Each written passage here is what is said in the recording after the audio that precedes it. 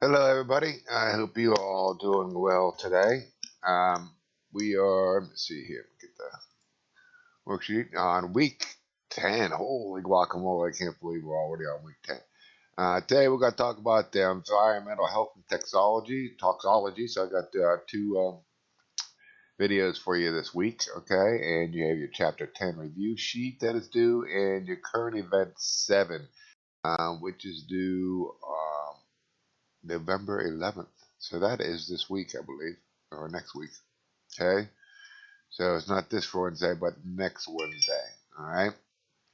And then I got some more weeks up here for you. I got weeks 11 you've already had. All right. We'll do fresh water on week 11. And then week 12, I think I've added here for you for the non renewable energy resources. And please note on week 11, or on week 12, we're gonna do a podcast. I'm not gonna do a current event, all right? So this, I believe, week 11 is going to be your last current event, all right? Current event 8, that's gonna be it, I believe, because on week 13, you're going to have, when we do renewable energies, you're gonna listen to another podcast, all right? Uh, Solar Roadways for that one. And then week 14, we have Thanksgiving break, all right? Um, but since there was Thanksgiving break and stuff, some of these your homeworks aren't due until later. And then we have 15 and 16, so we have 2 more weeks. I think this is cities managing our ways to the cities of the future. And then we're out of here. All right. And then we got finals week. And I think I'm having a test this week, and then we have a finals that week or something. I got to check the syllabus what week your test is. Okay. But we only have 3 tests. So one more test with all this information from like week 9 down, and then we get into the final for the finals week. Okay. Um, and I'll double check that next presentation for that test. I'll check that test date. I should have checked that before I started this video, but I don't want to slow this down, make this any longer than it has to be for you guys. So we'll save that for next time. Fair enough? I hope you guys all said yes. All right, so let us go get into chapter 10, environmental health and toxology. All right. And with environmental health and technology, we're going to help you understand the goals of environmental health and identifying major environmental hazards out there. Describes the different types of toxic substance in our environment. We'll explain the movement of toxic substance through the environment. Discuss and approaches used to study the effects of chemicals on us and other organisms. Then we'll summarize risk assessments and some risk management policies, all right, at the very end of how we regulate these things in our country and different countries as well. So the case study of this is poison in our bottles. All right, I don't know if you guys ever heard about this, but the BPA, all right, Biofol A, which is in hundreds of everyday products. Okay, yet it can be linked to breast cancer, prostate cancer, and heart disease. It can be linked. All right, that's kind of correlated. Sometimes we don't know exactly what causes the breast cancer, the prostate cancer, the heart disease. All right, because there's a lot of factors that go into everybody's life there. But we can definitely say that this BPA is definitely an increasing variable in those diseases. And it comes from many different plastic products. They also contain a class of hormone disrupting chemicals called phthalates inside of them, right? And we drink out of these bottles all the time, right? So there's been many studies that examined the relationship between BTA, phthalates, and a wide range of adverse health adversity. So this, really stems from the plastic bottles that we've been using and drinking out of. They get heated up in the sun or whatever, and they release this BPH into the water, and then we drink it. All right, and it can give us hypertension, sperm quality for males, or sexual performance decreases. All right, that's not always good, right? Obesity and asthma, kidney function, thyroid function, immune function. All right, for the women. So there's a lot of different things that can happen that are collected with BPA. But like I said, it's linked, but everybody drinks out of these bottles, and there's a lot of other cancer-causing agents. So it's hard to really pinpoint it to this cause. But some nations, like Canada, have already outbanned outright the use of BPA. All right, the United States, we restrict it. It's used in the children we've taken out of our plastic bottles and stuff like that. So, that is, we've done some things, but we haven't got rid of it all yet. All right. And, the reason why I got rid of children's products is a lot of the children's products are made out of plastic and they would chew on them. All right. And that's why we took them out of there. So we have a couple different kinds of restrictions, but Canada and some other nations have just taken it right out of the supply chain there. Many food companies are phasing these out of their food packaging and labeling packaging altogether. And they're doing that on their free will. Usually in the United States, we let the companies decide for themselves before we step in. Sometimes we do have to step in as a government, but usually the companies go, hey, I don't want to kill my, this year the cigarette companies or tobacco industry. I don't want to kill my, clientele, so they change things, okay, which is, just common sense. This is one example of how society has assessed health problems to decide how to manage them. So it depends on your country, right, and how your government decides to handle these different things. And there's different things, carrots and sticks and free enterprise and all this other things. So you got to work together to solve these problems. But first you have to recognize that there is one. You got to say that there is one. So environmental health. Environmental health is a field that assesses environmental factors that can influence our health and quality of life. Okay? These include both natural and anthropogenic factors. So both natural that are found in everyday life and stuff that we make or that human caused, carcinogens and stuff like that. So environmental hazards are categorized into 4 types.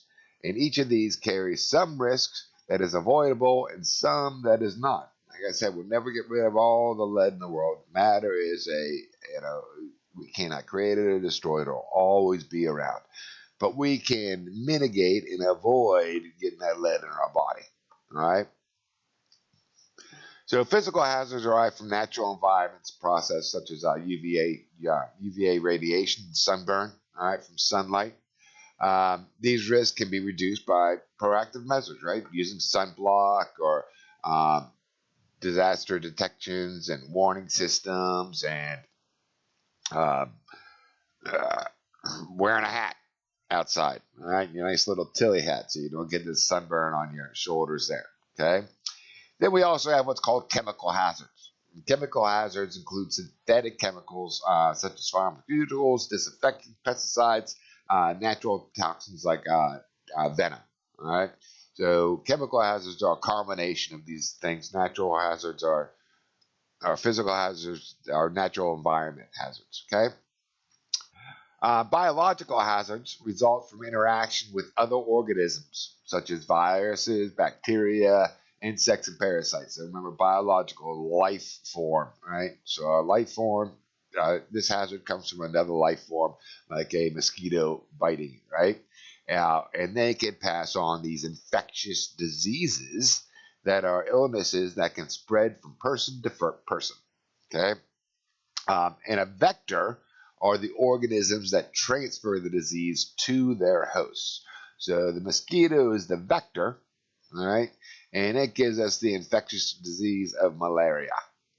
Right? And that would be a biological hazard because it comes from the mosquito biting us. Right?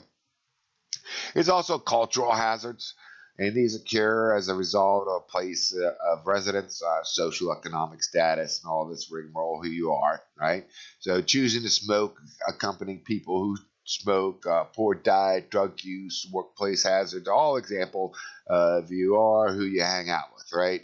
And you're going to have those social pressures to make you want to smoke a little weed or something like that, right? So those peer pressures way back when, and those are called cultural hazards. Not to say that some drugs aren't, weeds dangerous or whatever. I don't want to. Oh, I better get off that subject. Disease is a major focus of environmental health. All right, so infectious and non-infectious diseases cause the majority of human deaths worldwide. So non-infectious diseases develop without the action of a foreign organism. Okay, so a non-infectious disease would be a cancer, all right, because there was not an action of a foreign organism giving you that cancer. It was because of a cancer-causing agent. Okay, uh, so you can see here on the little pie chart, right? Most of the people suffer from cardiovascular disease, 31.2%. There's a lot of things that happen with that. Now, be a non-infectious disease, all right? Cancer, injuries, paternal conditions, all right? Infectious diseases is only about 16%, 17%, all right? And then when we look at all the infectious diseases that are spread around from person to person, all right? Infectious means spread around. Non-infectious means just kind of given to you from another substance. So you can see most of it's respiratory. All right. So when we spread another disease to another human, we have trouble breathing, just like in COVID, right? COVID has you trouble breathing. All right. Diarrhea disease, right? Malaria will give you diarrhea. AIDS, that's transferred from human to human. Okay. TB, tuberculosis, malaria, meningitis. Okay. These are all leading causes of death by infectious diseases out there. Okay. And that's why we like to or want to study them. All right. So to fight infectious diseases, all right, they spread when a pathogen organism enters the host through the skin, or respiratory, or consumption of some kind of food or water. So you drink some water that has some foodborne waterborne virus in it, and then you get sick. You get some meningitis, and you get diarrhea. All right, or a tapeworm or something like that. What we use in the world is we try to use immunizations to get rid of some of the most harshest infectious diseases out there, or the natural diseases, okay, like polio, right? You get an immunization for polio and measles and the mumps, all right? And we're trying to work for an immunization for COVID right now. Who knows if that's going to come around or not, all right? Hopefully we have this, we got the best minds in the world working on it right now. But these vaccines for immunizations takes a while, all right? And what we do when we do that, we try to give you a little bit of that disease inside you so your body recognizes it and attacks it. All right. So when you're out in the public, you get it, your body will see it and attack it. All right. But the other things that really help us out is just to have basic public sanitation. All right. Black plague wasn't really cured because it magically went away. It's that we started living a little bit cleaner, believe it or not. We realized that after a couple of years. All right. We shouldn't just throw our stuff out the window into the middle of the streets.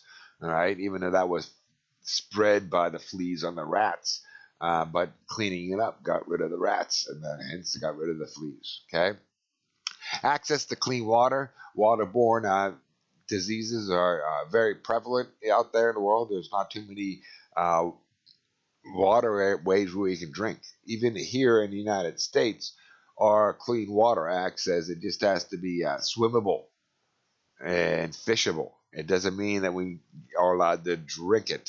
All right. So sometimes you got to be careful where you are when you drink any kind of water. Food security, meaning that we need to have the proper nutrition to be able to fight off these diseases. Okay. And if we have that, we'll be able to live a healthier life. Okay. And public education too, to help reduce all infectious diseases. So educating people. We're trying to catch up on the learning curve on COVID, right? But we had no idea what that was. But remember, we heard about Ebola came during the Obama administration, we had a little breakout of Ebola. But we've known that a disease for 20 years, so we knew how to control it. So we did fast education. We had to educate, the Americans about it, and a lot of my friends didn't realize that, this stuff is transferred due to, you got to, literally clean up the puke and the diarrhea and all that other stuff, all the fecal matter around that human. That's how it spreads. It's not spread through like airborne diseases or anything like that. But we had to educate people of that because some people were coming back to the United States that were helping people and they were perfectly fine. All right, it's not, and it was mayhem. All right, it was just total mayhem. So we had to help educate individuals. And when it happens in Africa, we go to each one of those tribal areas in the little towns and stuff, and educate the heck out of people. That's how we have to stop, and that's how we stopped AIDS, or this. We didn't stop AIDS, but we've been able to tamp it down through education, how it's transferred. There's also what's called toxicology. Toxicology is the study of chemical hazards, right? And it examines the effects of poisonous substance on humans and other organisms. So poison would make you sick or make you dead, all right? So toxicity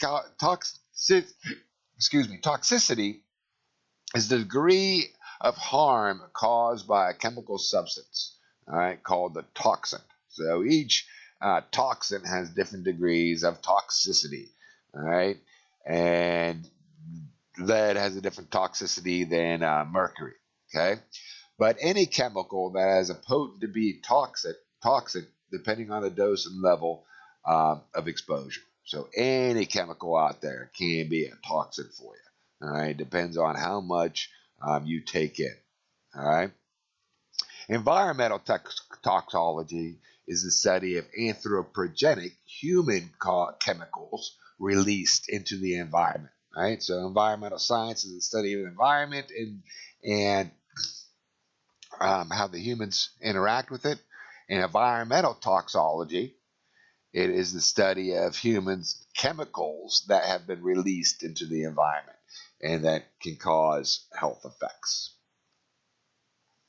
An example is cigarette smoke, all right, which is a random, which cigarette smoke is a random, and it's a leading indoor health hazard with two top causes of lung cancer. And thank goodness your generation doesn't have to live through indoor smoking. All right, I don't think there's any place here in Allegheny County or around the world where you can maybe like a bar you can go into, but I don't know if you guys are old enough to go into those, anyways.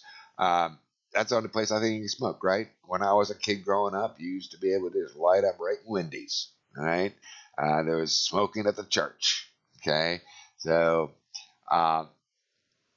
crazy how far this world has come. All right. Radon is also something that gives us a lot of lung cancer. This is found in homes.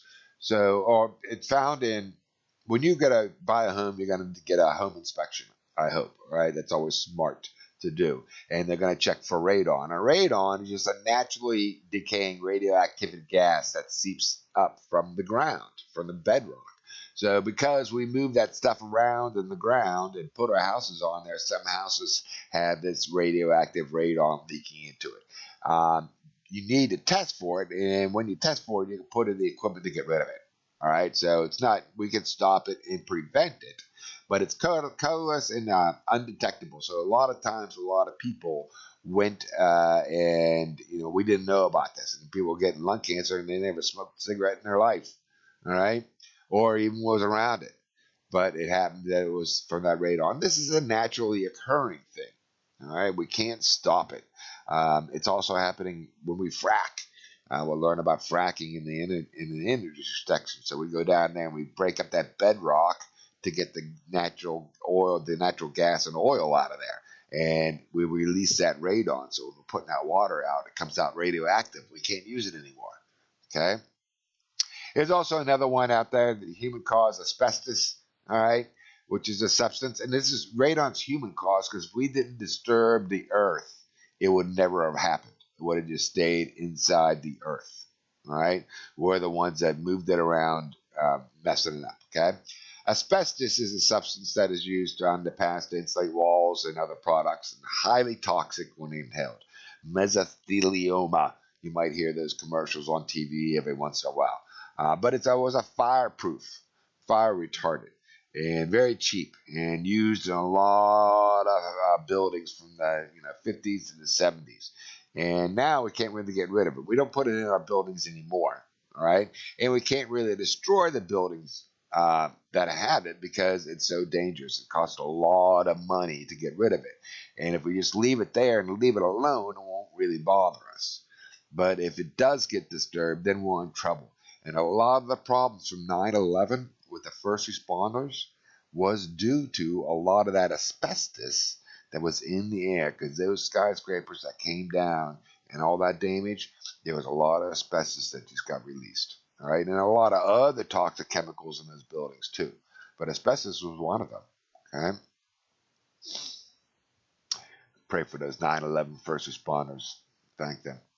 Lead is a heavy metal which is ingested, damages the brain, liver, kidney, and the stomach. So lead has been in the headlines ever since Flint, right? Flint, Michigan. Their lead pipe, the lead in their pipes um, got into the water, and then they drank it, and then damaged the brain, where it damages your learning capability. All right, when it says damages your brain. Okay. Um, and this lead, we use those in the pipes because it's a very good product for keeping those pipes together. All right, and for use for hundreds of years, because those pipes in Flint are like 100 years old. All right, and then all of a sudden the lead starts seeping out into the waterway. Why did that happen? Is that we use the grungy old. They knew that was a problem. All right, that the water in Flint River would corrode the pipes and cause that lead to seep into the water. Okay, so years before they switched over to Lake Michigan, so that wouldn't happen. Right, and then there was some crazy stuff that went on in Flint and in Michigan and the whole state, and a bunch of politics. All right, and some people decided to switch from the Lake Michigan back to the river and never put this stuff in to help clean that water, so that water wouldn't corrode the pipes and then release the lead into the pipes. Okay. Someone actually went to jail for that. All right. Thank goodness. I think that's the first environmental politician, a politician going to the jail for environmental problem. Okay. That's how bad that thing was. Like I said, they knew that's what was going to happen. All right. So this condition is called lead poisoning. It has greatly declined since the phase out of lead paint and lead in gasoline in 1970s. We used to put lead in gasoline, believe it or not. All right, we'll talk a little bit more of that in the energy section. Okay, but we got rid of it, and everybody's car run pretty good. I hope so. All right, I remember when they said we took it out in the 1970s, and guess what they said? Our cars are going to fall apart. We'll never be able to go afford the gasoline anymore, and all of this thing that the world was going to come to an end if we took out lead. But it worked.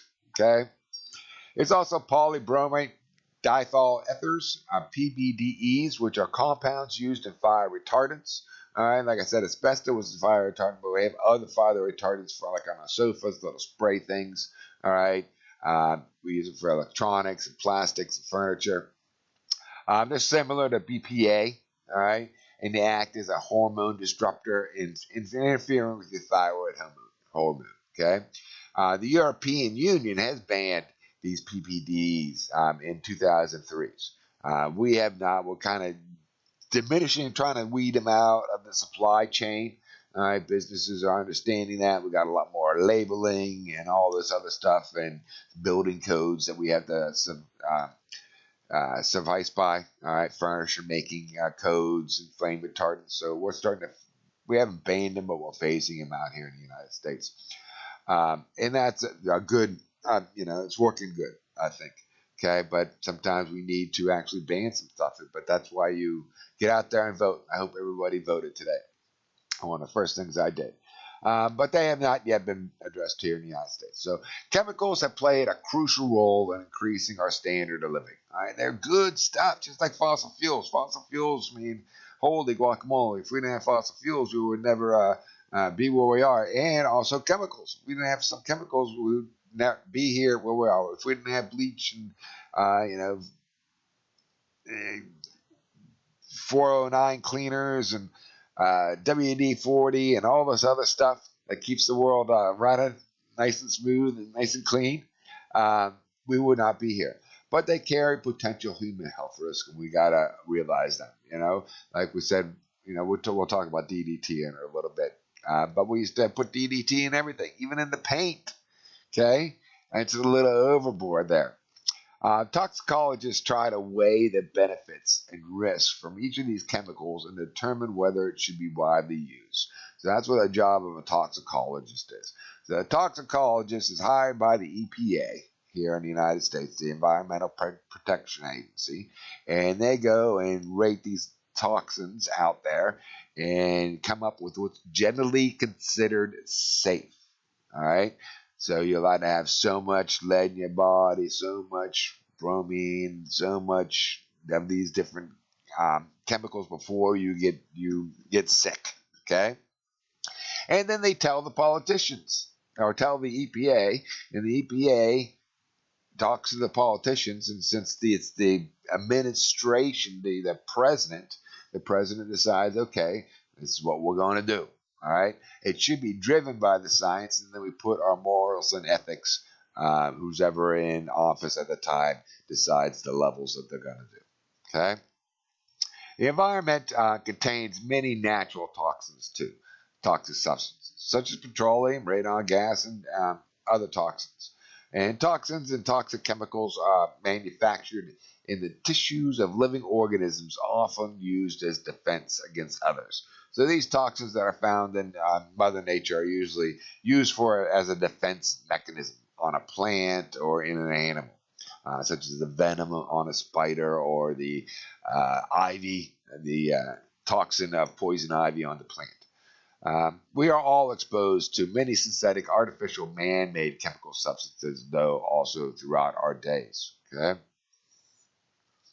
So prior to the 1960s, pesticides was indiscriminately sprayed over residents, neighborhoods, and public areas, and the assumption was that the chemicals would not harm people. As you saw in that Rachel Carson little video I showed you, where they just took that DDT and just blew it right out the tailpipe, right down Main Street. Okay, all right, in the swimming pools, and the picnic areas, and everything. We painted our houses with it. Okay. But in 1962, after this book came out, that's when we really started noticing, right? And it was about some scientific studies of the DDT that was killing off the eagles, all right? And although the chemical industry challenged the book, the public outcry led to the banning of DDT. So there were, pushback. There was a lot of pushback, and there still are people out there today that still push the use of DDT so we can kill mosquitoes. They would rather spray the DDT than sleep under a net and not have the mosquitoes get in there and bite you. All right, that's what we try to do today in Africa. My church gives out. We give goats and stuff like that for Christmas. And one thing we can do is actually buy a little net for that they'll put over their beds, and it's real fine mesh, and they sleep underneath that net, and like a little tent, over their bed, and the mosquitoes can't get in. And that's how we try to limit some of the mosquito transfer of the malaria in Africa. Okay. But it is banned here in the United States, so we can't do it, but we still manufacture it. Okay, and DDT, believe it or not, is found even in Antarctic ice. Okay, it's crazy. All right, so synthetic chemicals such as DDT can take many routes traveling through the environment. Right, so the industry manufactures it. DDT, we gave it to the homes, we put it in the workplace, we used it on the farm. It ended up in our waterways, from the sky, and waste in our soil. All right, and when it gets out in here, it all ends up into our bodies and even to the little baby fetuses. Right, so it travels all the way down there. And the same thing with the animals. It goes through them just like it goes through us. All right, they can start drinking the water, and then it gets into their bodies. All right, so just the flow of products that we put out, and then everything goes process of energy goes in a linear manner, right? So we're going right through, from the manufacturer to wherever we use it out in the environment. It gets into our bodies, and then into a little baby's bodies, or out into the environment again. So not all toxic substances are synthetic, though. So many toxic substances exist naturally in the environment, in our foods that we eat. All right, And it is a mistake to assume that all artificial substances are unhealthy and all natural substances are healthy. All right, so we got to generally considered safe. Okay, Mother Nature has some bad things and it has some good things. Man can make some bad things and man can make some good things. Okay, so use your critical thinking sense. All right, caps when you're thinking about what's good and what's bad. All right. But toxic substances in general come in different types. Okay, you got your carcinogens, which are types of radiation that cause cancer. All right, and cancer occurs when malignant cells, bad cells, grow uncontrollably, creating a big tumor, and they often lead to death. So that these bad cells take over grow so big they take over the bad cells, and they create these tumors, which often leads to death. We're doing a lot better of noticing these cells early and getting rid of them, removing them from the body, and people are living a little bit longer from cancer. But there's so many different forms. So every single body, because it's only your cells, so you can have liver cancer, cancer in your liver, breast cancer, skin cancer. So there's all cancers in just your cells. So everywhere where you have a cell, any cell can get this cancer. Okay. There's also what's called mutagens, which are substances that cause genetic mutations in the DNA of organisms. And most mutations have little or no effect, but some can lead to severe problems like cancer. All right, so you can have a mutation inside your DNA that can cause a cancer like a leukemia or something like that. All right, and there's also teratogens, which are specifically causes by birth defects. Okay, so these are done in the womb. All right, so when you're um, pregnant, you need to watch what you're eating and drinking, of course, right? But even if you have some of these toxic substances inside you, they can cause these birth defects, right? And these can be also natural, right? You can have these natural things, Zika, right? I don't know if you guys heard of the Zika outbreak, which is a mosquito born illness, and it's usually in the tropical areas. And if a pregnant woman is bitten by a mosquito that has a Zika, the baby, the fetus, does not develop. It gets some kind of birth defect. I can't remember exactly what the birth defect is. All right, I just know there is a connection. And we are worried about global warming because those mosquitoes that live in the tropical climate are now moving up into America. Right, and we don't want that to happen. Right, but there's nothing we can do about it because they're gonna go where their body is gonna be able to live. All right, those mosquitoes are gonna go where where they want. Okay. Neurotoxins are such as heavy metals damage the nervous system. Right, so a neurotoxin needs to damage the nervous system. That would, lead would be an example of that with the brain problems. And You also have what's called allergens, which overactivate the immune system, causing immune response when one is not necessary. So, one hypothesis for recent increase in asthma is the prevalence of allergenic synthetic chemicals. All right, so they're saying asthma has increased. Some people say just because we have better technology to see it, to get it and stuff like that. But others say that it's some of the synthetic chemicals that we're using is causing people to get this asthma. Um, but we can't make that correlation yet because it's an on-point pollution. Right? What synthetic chemical is actually causing it, right? It's going to take some time to figure that out. But we're thinking maybe that it is possible. Pathway inhibitors block one or more steps in important biochemical pathways. So cyanide, for example, erupts the chemical pathway and produces energy in the mitochondrion. So cyanide will, of course, kill you, but that's a pathway inhibitor, and it blocks one or more steps in your biochemical pathways. Endocrine disruptors interfere with the function of body hormones, either by blocking them, accelerating their breakdown, or mimicking their effects. So both the BPA and the phthalates that we talked about in the beginning um, mimic the female hormone estrogen. Okay, and you can see how here you got the female hormone estrogen and the receptor, and it goes in there. But what will happen is the BPA will block that and get in here, and the real hormones cannot do those receptors anymore, and that's where the problem becomes. Okay, so the response is identical to that caused by the hormone, but it's not the same thing. Okay.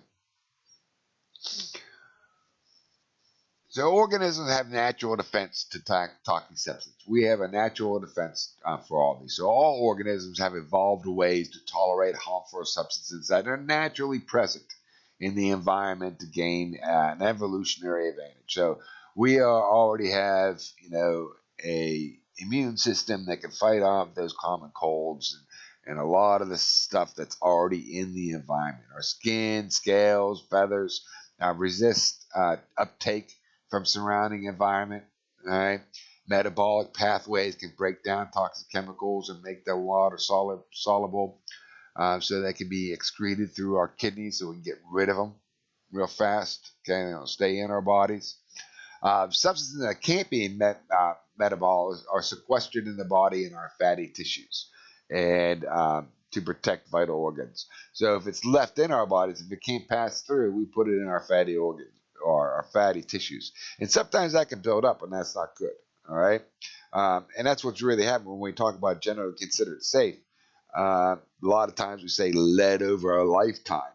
All right. How much lead can we actually store in our fatty tissues? Okay. Because sometimes we can't get that out of our bodies. We just can't pass it through a lot of toxic substances. An individual's sensitivity to any given toxin will vary depending on who you are, your genetics, and your overall health, and gender and age, and all that other stuff. Right? But in general, those in poor health, individuals of small size, or younger organisms with developing organisms tend to be more sensitive to chemicals out there. All right. The EPA extrapolates chemical exposure standards for adults down to infants and children. So you're going to see different ratings of what the infants can use and what adults can use. Because the bigger your body is, basically, the more you can tolerate, basically. Okay? So the risk of hazards also vary according to whether a person experiences high exposure for short periods of time, what's known as acute exposure, or low exposure for long periods of time. All right, acute exposure will be those guys working in a nuclear power plant in Fukushima who had to go in there and risk their own lives, or did risk their lives, sacrifice their lives because they definitely got cancer because they were